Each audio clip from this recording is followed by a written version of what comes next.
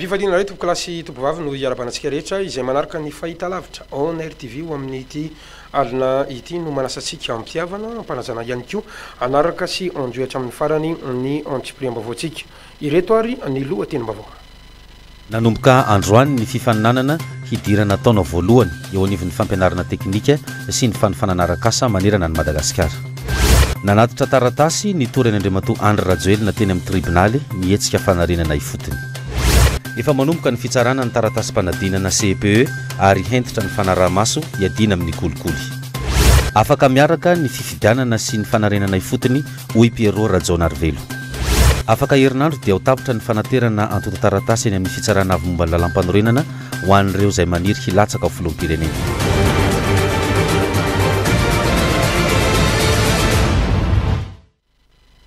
Izany lohateny-baovao ireo andinindininy avy hatrany makasika ny trangam-piarahamonina dia ny trangana fakana-keriny io arivo io tokony tamin'ny 10 ora sy sasany atetsy amin'ny fatra andraharo ambohy manarina. Afantatra fa olona roa no maty nandritra ity tranga fakana-keriny teny an-toerana ity. Ireto olona roa izay nindaosany fahafatesana reto moa dia tao anatina fiara tsy mataho-dalana iray ary olona anankiroa izay mitondra moto kosa no fantatra fa pakan-keriny raha ny fanazavana izay noentin'ny mponina teny an-toerana. Ny iray moa tafatsoka ary ny iray tamin'ireto pakan-keriny izay nandeha moto reto dia voasambom-belona. Raha ny fanazavany ireo nanatry maso hatrany dia tranga fakanan-keriny ity Nisy teny Ambomanarina Andraharo ity. Raikitra moa ny fifampitofirana teo amin'ireto pakan-keriny isy ireo olona tao anatin'ity fiara 4x4 ity ka izany no nahafaty tsy tsahadrano anireto olona roa tao anatin'ny fiara tsy mataho-dalana ireto. Andeha ro arahantsika ny fanazavana izay hoentin'ny mponina nanaovana fanadihadiana io arivo io. Fampitifisana taty zany nitako tamin'le zavatra le taty zany tsy azo hidirana fampitifisana nakatiry zareo dia tsy azo hidirana le nakaty fa io 4x4 io zany tsy haiko hoe anankiroa maty tao anatiny io dia lasa ny ohatran'le moraigany le faty fa ty lalanty zany tsy azo andehanana na tôbila na moto na ditongo tsara tsy azo mandeha tamin'ity lalanty mihitsy fa tatsy amin'ny sampanana tatsy anko ny olona tatsy ary nanaova amin'ny moraig ty fidansa dia nitsoka daholo hoe miparitafa mifanenjika any zareo dia avela sy nasana akany daholo le moraig dia nisy taty dia nisy tany ambony tany dia tsy hitatsony toy zany fa io zany ny afaran'le izy io tsy efa tamin'ny 10 mahery kidina pinina le izy dia zay no natonga an'io moto anankiray ny lasansy dia moto ray zany nianjera tatsy le tondra le moto ray zany tsy mivonondro zareo fa lasany any le olona velona nianjera tatsy izy zay ny azo voalohany dia aveo ty dia le velona no entiny zareo any. Ny azo zavatra sy hitako teo zahako le efa vaniny efa le izy ampitsofoko anaty 4x4 ny hitako le olona le voatifitra anankiroa tsofoko anaty 4x4 ny hitako dia izy efa inona andeha no entiny amin'izay zay ihany ny hitako teo lehilahy daholo. Tsy ny raha fahitako anazy tsy ny nakavola vaniny le rony dia fanenjehana teo amin'iny tanimbary iny dia teto vao nisy akitifitra dia anankiroa voatifitra moa dia ny roa samby belona zay ihany ny hitako teo. Ianjamina moa no nanao ny fanadihadiana teo amin'ny sariny manerana razafy tsy hoarana raha ny fampitam-baovao avy amin'ny polisy-pirenena izay manaraka akaiky an'ity raharaha ty polisy-pirenena avy etsy amin'ny boribory tany fahaenina dia isy ny fanadihadiana ao atao amin'ity pakan-keriny izay voasambom-belona ity raha toa kosa mbola karohana amin'izao fotoana izao ilay ray izay tafaporitsaka. Hoentina amintsika eo ty any moa ny teo en'ity vaovao makasika n'ity tranga fakanan-keriny tetsy ambohy manarina ity. Eo amin'ny lafin'ny politika kosa dia tonga nametraka fitoriana ny Andry Rajoelina izay filohan'ny tetezamita teo aloha ny hetsika fanorenana fotony tamin'ity androany ity. Noho ny kabraraka izay nataon'ny Andry Rajoelina tamin'ny fotoan'andro ny tantanan'ny firenena eo ihany koa ny kolikoly be loatra sy ny fananana arena tsy fantapiaviana ary ny fanotokotonam-bola-panjakana moa no vesatra hiampangany ireto hetsika fanarenana ifotony ny Andry Rajoelina ireto. Fanadihadiana teo amin'ny sariny manerana razafy tsy hoarana. vaky patsilana ankehitriny ny fanodikodona mbola mpanjakana sy ny kolikoly ary ny gabraraka nataon'ny Andry Rajoelina sy ny ekipany nandritra ny fitantanana ny tetezamita teto Madagasikara. Tetezamita izay niteraka fahantrana lalina ho an'ny malagasy sy ny firenena iray manontolo ka nampihemitra antsika tany amin'ny laharana farany amin'ny tany fahantrana. Miisa efatra ireo vesatra itorian'ny hetsika fanarenana ifotony ho an'ny Andry Rajoelina sy ny ekipany tantana ny tetezamita. Tafiditra ny kolikoly avolenta izay nanjaka tanteraka nandritra ny fotoanan'ny tetezamita teto Madagasikara. Teo ihany koa ny fananan'ny Andry Rajoelina sy ny ekipany arena tsy fantapiviana tao anatin'ny fotoana fohy. Tafiditra ao anatin'izany ihany koa ny fanodikodonana ny volam-panjakana ary indrindra ny fanondranana arem-pirenena tsy ara-dalàna. Anisan'izany ny andramena sy ny volamena izay tena nalaza mihitsy tamin'ny andro ny tetezamita. Nitondra ireo pirofo ireo androany ny ACFI na ny hetsika fanarenana ifotany ary nampiseho izany antsary sy tamin'ny alalan'ity boky be ity mba ho fampafantarana ny fitsarana ny amin'ny tokony anenjehana ny Andry Rajoelina sy ny ekipany. Mangataka ny ampiarana ny lalàna ho amin'ny Andry Rajoelina araka izany ireto hetsika fanorenana ifotany reto.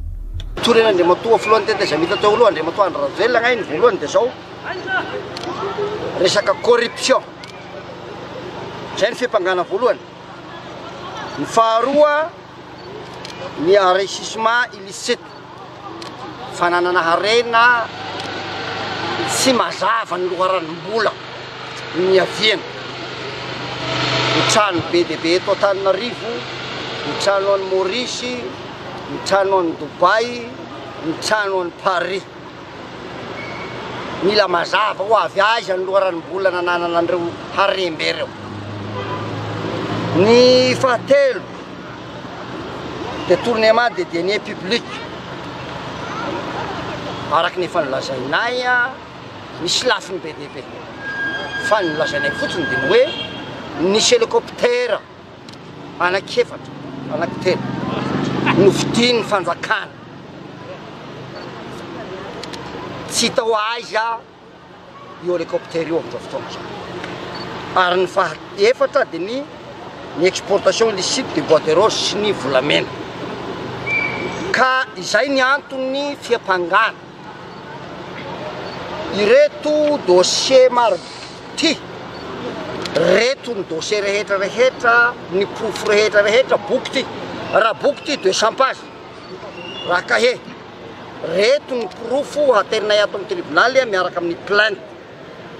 Isan'ny torin'ity hetsika fanarenana ifotony ity ny Andry Rajoelina sy ny ekipany ihany koa ny fitrandrana izay nataony tany Soalalina izay nirano tamin'ireo sinoa ka nitsetsefana ny arem-pirenena tao anatin'ny tsy ara-dalàna. Teo ihany koa ny vidin'ny forsa hoanina izay tsy fantatra mandraka ankehitriny hoe nakaiza izany vola izany. Tsy fantatra ihany koa ny lelavola izay namarotana izany ary tsy tafiditra tao anatin'ny teti-bolam-panjakana mihitsy izany lelavola izany. Akoatra ireo rehetra ireo dia nataony Andry Rajoelina sy ny ekipany varim-poba ihany koa i Madagasikara ka namidiny tamin'ireo teratany vahiny marobe. Manaporofo izany ny fanambarana izay nataony solotena maritsy ny FMI izay tonga teto Madagasikara fa gabraraka loatra sy tafiakatra ambony be ny kolikoly izay nataony Andry Rajoelina sy ny fitondrana tetezamita manontolo. Ny aferan'ny fitrandrana tany amin'ny Sinoa miaraka amin'ny Sinoa tany Soalala zay lainga zany ny marobola nolazaina. Ny vidin'ny forsa hoanina tsy nampidirina amin'ny teti-bolam-panjakana. Mazava aminareo tsara namidy ny forsa hoanina misy manko ny miteny hoe igny anefa aseragnana tsy le izy nolanina fa tsy misy mahalala hatra amin'izao hoe ohatrina ny vidin'ny forsa hoanina ary nahoana no firesahana tana ampidirina agnatin'ny teti-bolam-panjakana. Nefa zavatra milliards ny valeur. Ny hélicoptère dia fandresahako tao aminareo teo. Maro be dia be ny tany. Mivarotra tany, fivarotana tany-drazana, nataony fitorana tetezamita. Ary zao, le FMI dénonce la corruption pendant la transition.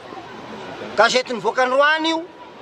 Ny représentant résident ny FMI eto Madagasikara nilazany. Ilazanay aminareo zany fa ny zavatra nataonay dia misy pihainy. Ka akoatra ny plainte zay ataonay eto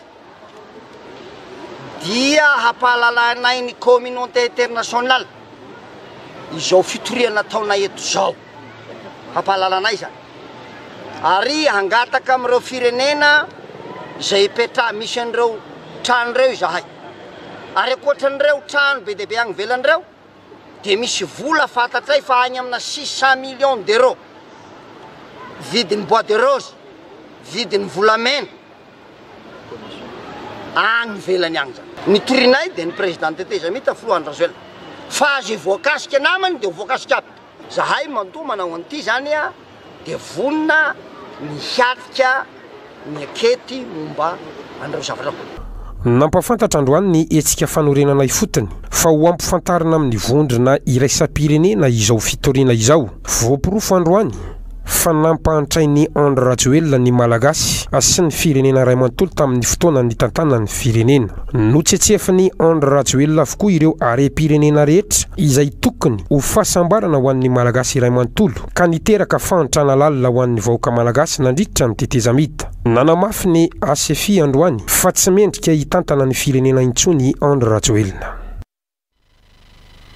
Izay ny makasika ny fitorinany Andry Rajoelina fa melohan'iny moa dia niazo ny trano fiasan'ny fitsarana avy momba ny lalam-panorenana tetsy Ambohida ity ietsika fanarenana ifotony ity nangataka tamin'ireo mpikambany ACC ny tokony anemorana ny fifidianana izay tokony tanterana ny fafito ny volana novambra ho avy izao nambaran'izy ireo tamin'izany fatafitra ao anatin'ny fotoanan'ny fahavaratra isika izay fomba afana mangalabato eto Madagasikara fa eo ihany koa ny lalana ny fifidianana izay niteraka saforivory teto amin'ny firenena sy ny makasika ny fepetra maro izay mbola tsy tafapetraka amin'izao fotoana izao ka antony mahatonga ny etsika fanarenana ifotony mangataka ny tokony anemorana aloha ny fifidianana eto Madagasikara.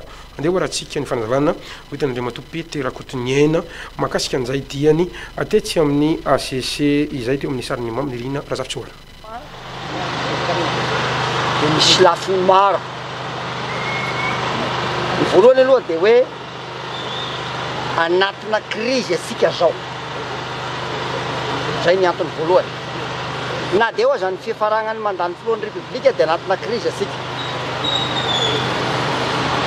crise ty nefa zany a miverimberina anisan'ny napisy crise miverimberina eteto ny fifidianana tsy voamana tsara ka izao fifidianana zao zany a dia azo atoka fa tsy hiteraka voka-tsaon'ny firenena raha ny tantara efa nisy zany a zay ny antony satria na ny lalam-pifidianana tsy misy zavatra ny fanaraha zay ny nampiady ato amin'izao faharoa dia ny fahavaratra ny andro rehefa fahavaratra ny andro tsisy fifidianana manjary amin'izany fahavaratra ny amin'izany ao anatin'izay koa nefa ny hoe raha ataosika amin'izao ny fifidianana dia fahavaratra ihany zany ny anaovana an'io satria tsy maintsy fahavaratra koa amin'izao vanim-potoana anaovana ny fifidianana ihany ny efa rany mandany n'izay olona hitondra eo zay zany a ny antony ty taratasy ty PDB zany a ny zavatra ao anatiny ity nambara moa ny mpitarika nyity etsika fanorenana ifotony ity fa mbola hitoetrany ny fitakin'izy ireo ny amin'ny anaovana ny fanorenana ifotony eto Madagasikara eo ihany koa ny fiandrasana ny valiten'ny fitsarana mahakasika an'izay fitoriana ny Andry Rajoelina izay fa eo amin'ny lafiny fifidianana kosa dia ny talata ho avy izao no ifarana ny feptaona ahafahan'ireo kandida ilatsaka ho fidina ho filoham-pirenena izay anaterana ny antota taratasy etsy amin'ny fitsarana avy momba ny lalam-panorenana misy 12 hatreto ireo kandida izay efa naneho ny fahavononany ka nanatitra ny antota taratasy tetsy anivon'ny fitsarana avy momba ny lalam-panorenana lasana ihany koa ny fanambarana zay ho ataon'ireo kandida lehibe ho amin'izay fifidianan'ny filoham-pirenena izay eo zany Andriamanitra marika ravalamanana filoham-pirenena teo aloha sy ny filoham-pirenena ampirinasa Rajoelina izay mbola tsy nanambara na ho isan'ny kandida na tsy ho isany ao anatin'izay azakazaka ho amin'ny fifidianana filoham-pirenena izay anjaminana minjanahary sy afitra Ny voalohany volana aogositra lasa teo no nisokatra ny fametrahana ireo antota taratasy teny anivon'ny fitsarana avy momba ny lalam-pandrenana ho an'ireo izay mieritreritra ny ho kandida ho filoham-pirenena ary ny faraka amby roapolo ny volana aogositra ho avy izao no hifarana izany. Izany hoe mbola manana fotoana ireo izay efa nanambara ny fikasany amin'izay ho kandida izay. Hatreto efa misy 12 ireo nanatitra ny antota taratasiny ka anisan'ny santatra an'izany Andriamatoa Andry Rajoelina izay natolotry ny tanora malagasy vonona na ny TGV ary nanaraka azy avy eo Ravelina Jean natolotry ny antokom-bahoaka na ny ava. Anisan'ny nampiavaka ireo olona efa nanatitra ny antota taratasiny ihany koa ny fisina mpitondra fivavahana vonona amin'izany dia ny pasteur Mayor André Christian Dieudonné avy amin'ny Gideona fandresena ny fahantrana eto Madagasikara na ny GFFM. Tsy latsa-danja ihany koa anefa ny vehivavy izay samizany na dia mbola vitsy azy izy ireo oharina amin'ireo lehilahy mieritreritra ny ho kandida satria dia misy 2 izy ireo amin'izao fotoana izao dia ramatoa Fanisoa izay natolotry ny antoko zanaky Madagasikara na ny Zama sy ny parti travailliste malagasy na ny Patram. Eo ihany koa ramatoa Rabeharisoa Sara avy amin'ny parti libéral démocrate na ny PLD.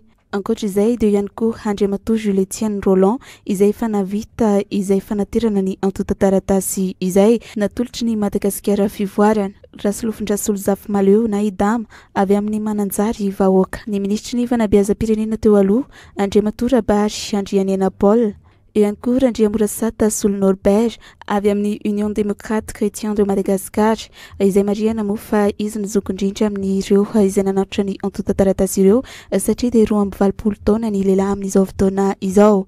Eo ihany koa Edson Jean-Jacques Jedidia avy amin'ny fahefa-mividy no ilain'ny malagasy. Omaly kosa moa no nanatanteraka ny azy Andriamatoa Berizik Jean-Omer natolotry ny antsika i Madagasikara. Richard Razaf Rakotofring avy amin'ny solidarité des jeunes intellectuels pour l'avenir de Madagascar. Hatreto dia ireo aloha izany no nahavita izay fanaterana ny antota taratasy izay. Saingy mbola andrasany maro kosa nefa ny andreo kandida izay heverina ho lehibe dia ny filoham-pirenena amperinasa ankehitriny Andriamatoa Rajoelina izany. Eo ihany koa ny filoha teo aloha Andriamatoa Ravalomanana marika. Anisan'ny fepetra notakiana tamin'ireo olona ireo tamin'ny antota taratasiny moa ny fizakana ny zoam-pirenena malagasy. Eo ihany koa ny tokony anana ny zo izany hoe mbola tsy nisazy. Ny fipetrahana mandritra ny embolana teto Madagasikara. Ny taratasy manamarina ny fandoavan-ketra 5 taona farafahakeliny. Tsy maintsy manao fanambaram-pananana ary atolotry ny antoko politika iray na olom-boafidy misy 50. Ireo izay mahafeno ny fepetra araka izany no afaka ho kandida ho filoham-pirenena amin'ity fivoriana izay ho tanterahana amin'ny 7 ny volana Novambra ity. Izay ny fitsarana momba ny lalam-pandrenana na ny HCC moa no amoaka ny lisitra izy ireo aoriany ny 20 ny volana Aogositra. Tsara ny mampafantatra ny rehetra fa tsy miankina amin'ny fotoana natongavana nanatitra ny antota taratasy ny filaharan'ireo izay ho voatazana ho kandida fa mbola isy ny antsavaka ataony eo anivon'ny CEPE aoriany ny fahafantarana ny lisitra ofisialy. Araka izany dia ny 12 ny volana Aogositra ho avy izao no faran'ny fanaterana izay antota taratasy izay izany hoe amin'ny talata ny 24 ny volana Jona kosa no vinavinaina amoaka ny lisitra ireo kandida izay nafeny fepetra ny eo anivon'ny fitsarana avy momba ny lalam-pandrenana hitantsika ihany moa ny mety ho toyan'izay na iampy ireto kandida ireto na tsilo amin'izay azakasaka ho filoham-pirenena ho amin'ny taona 2022 izay fa eo amin'ny lafin'ny politika antrany dia nanamafy ny antoko MDM izay tarihan'ny Pero Rajoelina androany fa mifanindry andalana ny fanarenana ifotony sy ny fivoriana bitaka ny anatanterana ny fivoriana aloha ity antoko ity aorian'izay kosa dia tanterana ny fanovana rafitra na ny fanarenana ifotony mila manao antoka na fanambarana miaraka araka izany ireo kandida rehetra izay ilatsaka ho fidiana ho filoham-pirenena ka tahintony eo amin'ny fitantanana ny firenena dia anatanteraka ny fanorenana ifotony anisan'ny zava-dehibe amin'izany ny fanovana ny lalam-pandrenana. Fanadinana eo amin'ny sariny manerana razavitsoara. Mba ho famahana ny olana misy eto amin'ny firenena sy isin'ny fitoniana sy ny fandriampahalemana dia nanamafy androany ny antoko MDM izay taritin'ny Pero Rajoelina fa tsy mifanipaka velively ny hevitra anankiroa mipoitra eto amin'ny firenena dia ny fanatanterana ny fivoriana sy ny tokony anaovana ny fanarenana ifotony. tokony orosona ny fifidianana izay ho tanterahana amin'ny fafitony volana novambra ho avy zao. Na izany aiza nefa dia tsy azo hidivirana ihany koa ny firosena makany amin'ny fanarenana ny Madagasikara mba hialana amin'ny fiverimberenan'ny krizy eto amintsika. Mila manome toky araka izany ireo kandida rehetra izay latsaka ho filoham-pirenena fa rehefa tahiny ka tonga eo amin'ny fitantanana ny firenena dia hiroso any anatin'ny fanaovana rafitra na ny fanarenana ifotony. Dia manambara toy izao ny MDM. Voalohany, tokony hirosona ny fifidianana izay filoham-pirenena ny fahafito ny volana novambra 2024. Faharoa, tsy azo divirana ary ilainy zava-misy eo amin'ny firenena ny tokony anatanterahana fanorenana ny fotony na ny fanovan-drafitra. Dia izany moa dia mba hirosona ary soroana indrindrindrindra ny krizy miverimberina na koa krizy siklika. Eo anatrehan'izany ny MDM dia manao antsoavo ho an'ny kandida tsirairay vonona anao ny fanorenana ny fotony mba hanome toky karazana engagement zany eo paibe maso fa anatanteraka tokoa an'izany fanorenana ny fotony zany raha vao vita ny fifidianana afantatra iza no filoham-pirenena. Miantso ny vahoaka malagasy ihany koa ny antoko MDM mba ho tony mandritra izao fanatanterahana ny fifidianana izao. Ho an'ireo kandida kosa dia tokony hanaja ny lalàna izy ireo ary hitandro ihany koa ny filaminana sy ny fitoniana. Tokony hovaina ihany koa ny lalam-pandrenana hoy ny antoko MDM androany. Na izany aiza nefa tokony aoriana ny fifidianana vao hirosona izany fanitsiana ny lalam-pandrenana izany. Fanorenana ny fotony ange betsaka satria raha ara-politika fotsiny zao dia hoe mety ve amin'izao fotoana ny régime totsika hoe semi parlementaire na hoe semi présidentiel zay tondratsika ny tany sy ny firenena. Faharoa, mety mipetraka koa ny fanontaniana na eo mipetraky ny rafitra rehetrarehetra eo amin'ny hoe fisinjarana ara-pahefana ny hoe mba tsy fampisapisabahany ny androm-panjakana isan-karaza zay misy miainga amin'le principe de séparation de pouvoir. Tena mazava tsara ve zay raha zay le izy dia hoe mety ve raha eo amin'ny resaka parlement le bicaméralisme zany hoe ilaina ihany ve ny misy ny sénat, ilaina ve misy ny assemblée nationale. Fanontaniana mipetraka amintsika rehetrarehetra zany ary zany tsy hoe valivaliana fotsiny ohatran'izao fa tsy maintsy miainga amin'ny jeritodika amin'le fahombiazana ve sa tsy fahombiazana izany bicaméralisme zany satria zay miainatsika. Fahatelo dia tena any fotony marina ve ny fitantanana firenena. Tsy misy afa-tsy ny fitonoana ihany no ahafana mampandroso ny firenena ho hiatrany ity antoko ity. Raha ny vizotra ny valandresaka ho an'ny mpanao gazety izay nataon'ny Andry Rajoelina sy ny antoko MDM androany dia tsy vonina hirotsaka ho filoham-pirenena ny tenany fa azo heverina kosa ny anohanany ity antoko ity kandida iray. Raha tsy ivona isan'ireo kandida filoham-pirenena tamin'ny taona 2014 i Andry Rajoelina.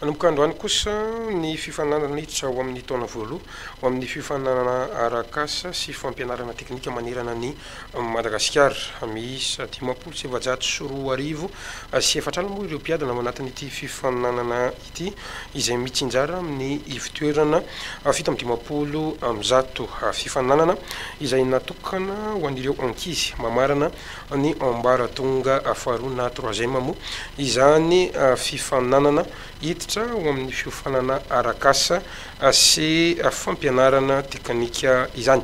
Anao ny fanadinam rahaolomana sy fanoela randriana tenaina teo amin'ny sariny manerana razavitsoarana. Mpiadina miisa 570 no hiatrika ny fifaninanana hidirana amin'ny taona voalohany amin'ny fampianarana teknika sy fifanana arak'asa tamin'ity taona ity ary mitsinjara amin'ny fitoerana 750. Ho an'ny etsy amin'ny LTP Alarby manokana dia 450 no isan'ny mpiadina ao amin'ny fitoerana. Nizotra mpilaminana izany ho an'ny androany na dia teo aza ireo tara sy ireo mpiadina tsy tonga nefa tao anaty lisitra. Miisa enina ny taranja hatrehany mandritra izany roa andro izany ary 3 tamin'ireo no natao androany. Malagasy, test psychoteknika ary ny matematika raha ampitsy kosa ny 3 ambiny. Dia raha eto amin'ny Lisea Teknika zany zao dia ny mpianatra ny soratra anarana dia teo amin'ny 1104 na 410 sy 1000. Reo mpianatra reo dia nitsinjara tamina spécialité ankitelo dia ny fabrication mécanique, électronique dia ny électrotechnique. Dia mbola misy ihany koa moa ny antsoina hoe formation technologie générale miaraka amin'izy ireo. Betsaka ireo ray aman-dreny izay tonga nanatrika ny zanany na dia teo aza ireo fitentenan'izy ireo noho ny olana samihafa izay nitranga nandritra ity taom-pianarana ity. Tainana aloha amin'izao zay zany zao Nanomboka CEPE lasora dia efa 3 volana zany zao zareo tsy mianatra mihitsy ny zareo dia ohatran'izay zao zany zao tapohan'ilay hanao fanadinana dia fa nahitainana aloha tsy maintsy misy ihany fa ankinina amin'Andriamanitra. Tsy maintsy miaina courage satria malaina zany ilay ankizy dia hanao fanadinana dia tsy nianatra mihitsy nandritra ny 3 volana. Eo amin'ny lafiny fanabeazana hatrany dia ny fanarahamaso manokana ao anatin'ny fitoam-pitsarana ny fanadinam-panjakana izay isoroana ny mety ison'ny kolikoly no atao amin'izao fotoana izao raha nambaran'ny talim-pitantana eo anivon'ny fompiam-panadinana etsy tamin'Marinandrina. Nanomboka androany moa ny fotoana izay hitsarana ny lazadina ho an'ireo mpianatra ny antsika an'izay fanadinam-panjakana CEPE tamin'ny talata lasa teo izay ho an'ny tetsy amin'ny fobe tambary nandrina. Tandrendra be ny lalana asitiavina rakotondrina no nanao ny fanadidina.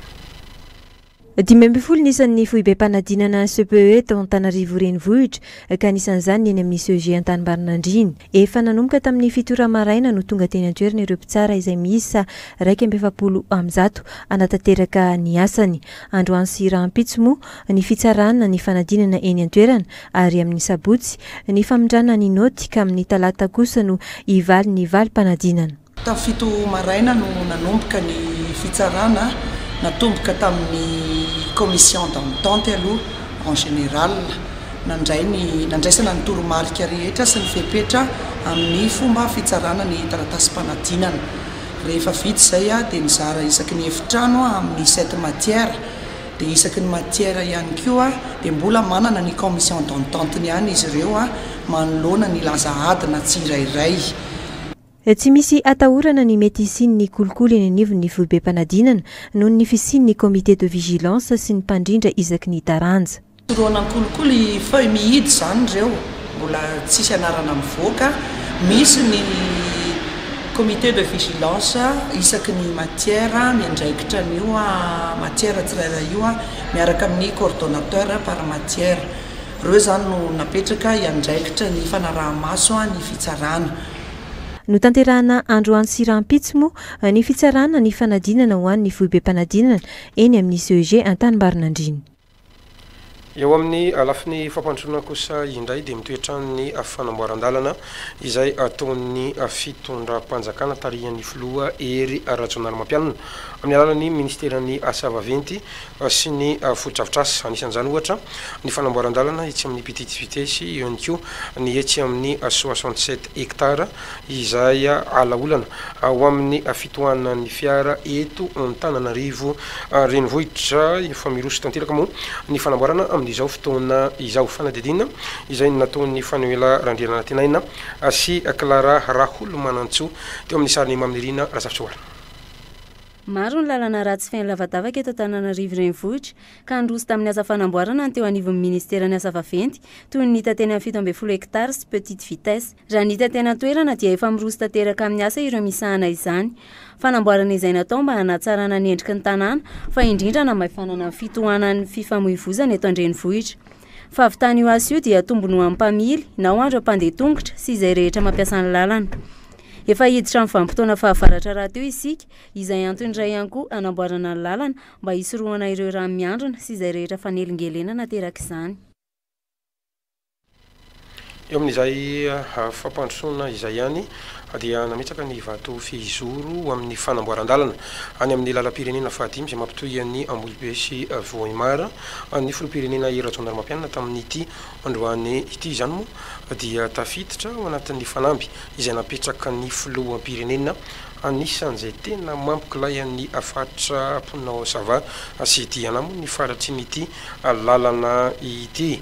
Arak'izany dia ovavany olana ireto ponina ireto tena amintsika eto ihany moa rehefa tonga ny sary ny mahakasika an'izay vaovao izay fa vaovao mahakasika ny tontolon'ny politika kosa dia naneho hevitra androany ny filohan'ny antoko MSV azao nirina raha fanomezantso izay nanambarany fa zava-dehibe ny nanana fifitianana madio sy mangarahara eto amin'ny Madagasikara ankehitriny nefa dia miara amin'ireo ministra izay ao anatin'ity gouvernementany Christian Tsay gouvernementany marimaritra iraisana ity no hita mitanila sady eo amin'ny fitantanana raha-panjakana ary mizotra makany amin'ny fampelezakevitra ho an'ireo lehibean'ny antokony izay misy anazy tsy azo heverina hanianana ny fifitianana madio raha izany fa mety roso hoany amin'ny korotana indray ka tokony andraisana fepetra ho iatrany ny filohan'ny antoko MSV zao nirina raha fanomezantsoa andeha rahantsika ny fanazavana.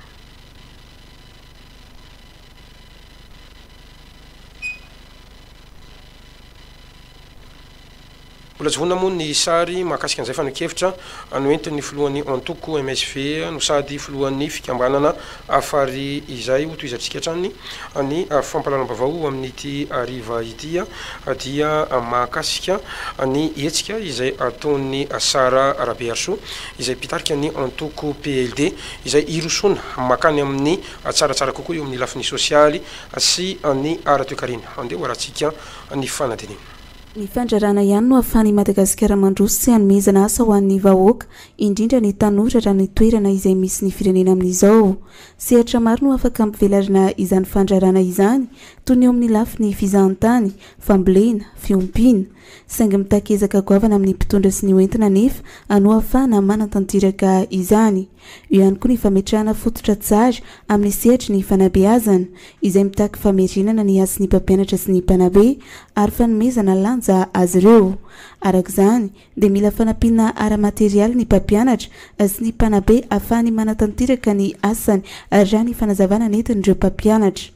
Tsy mijery fotsiny fanabeazana ohatry fa fanabeazana fa raisiko foana ny ino zany relation entre fanabeazana sy ny économie eto Madagasikara. Ny zao ny zavatra ray voalohany zany voiziko amin'ny mampampianatra zany dia ny mba halasany ankizy mpandraharaha zay raha resaka fandraharahana eto Madagasikara ka ataoko hoe ny zavatra ray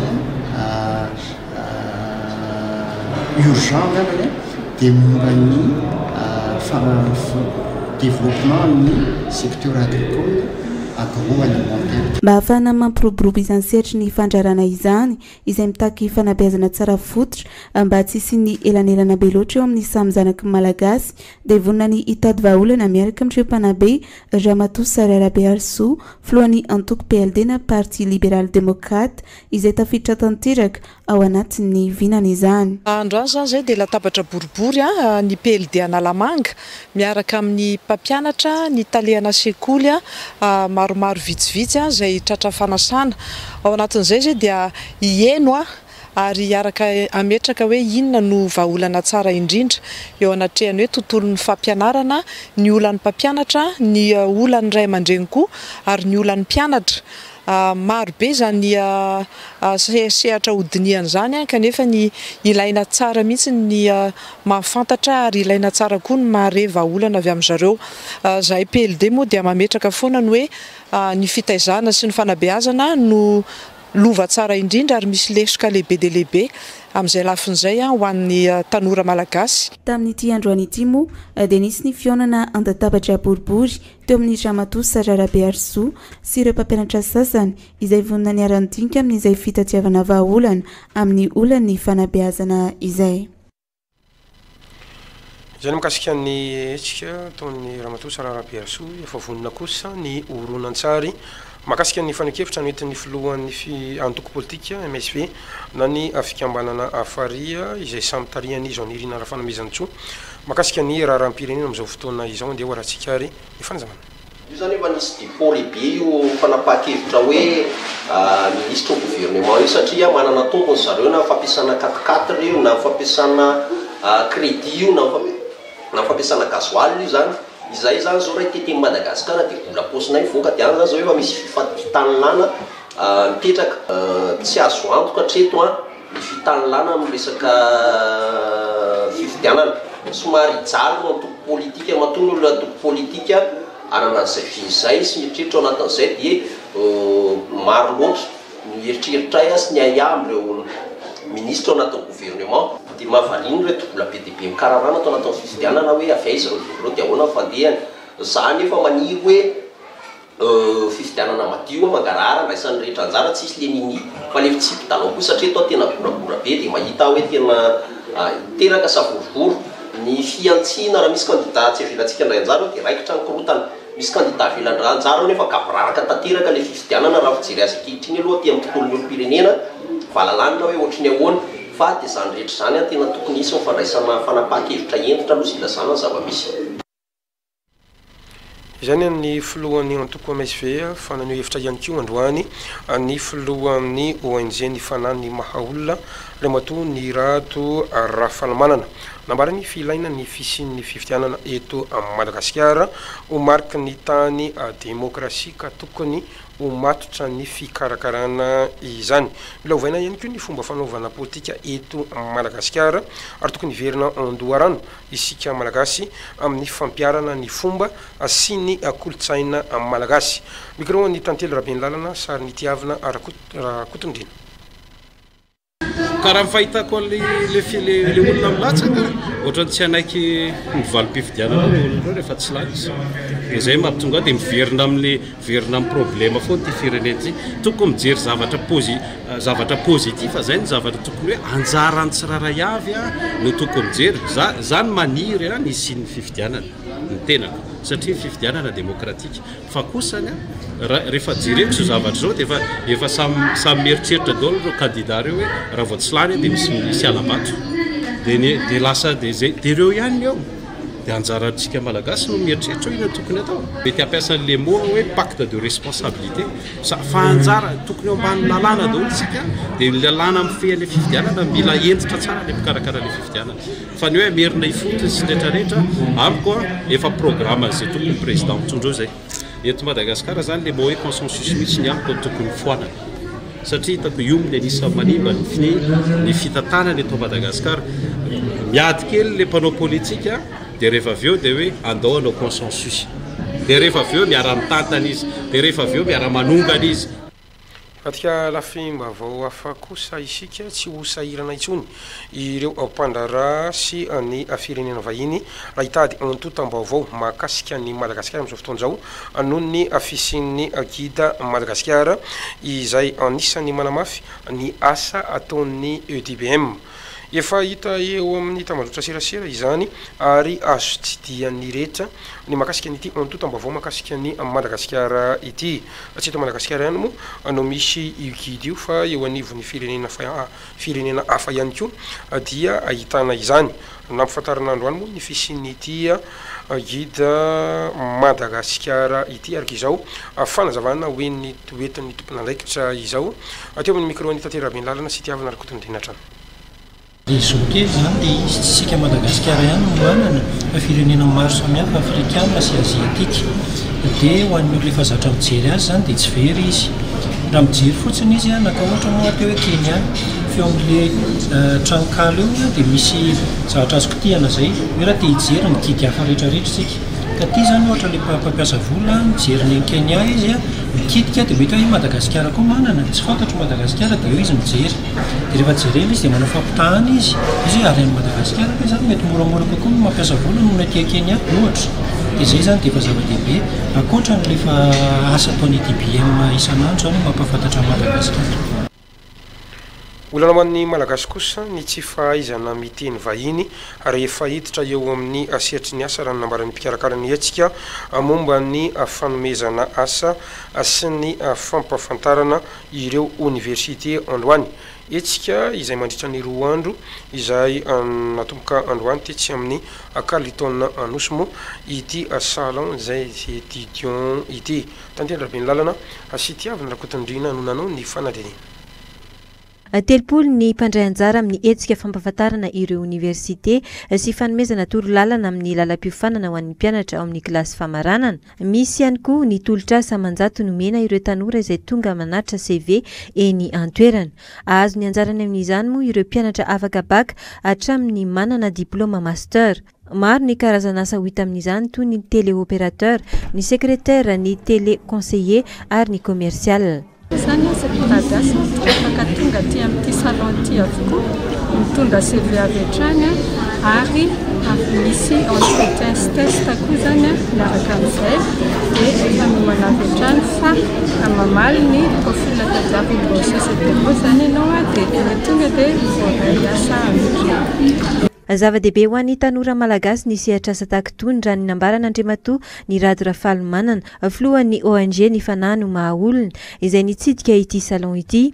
Ny ezaka tokony ho ataon'ny tanora malagasy dia ny manangana orinasa ho azy manokana fa tsy hijanona ho mpiasan'olona hatrany.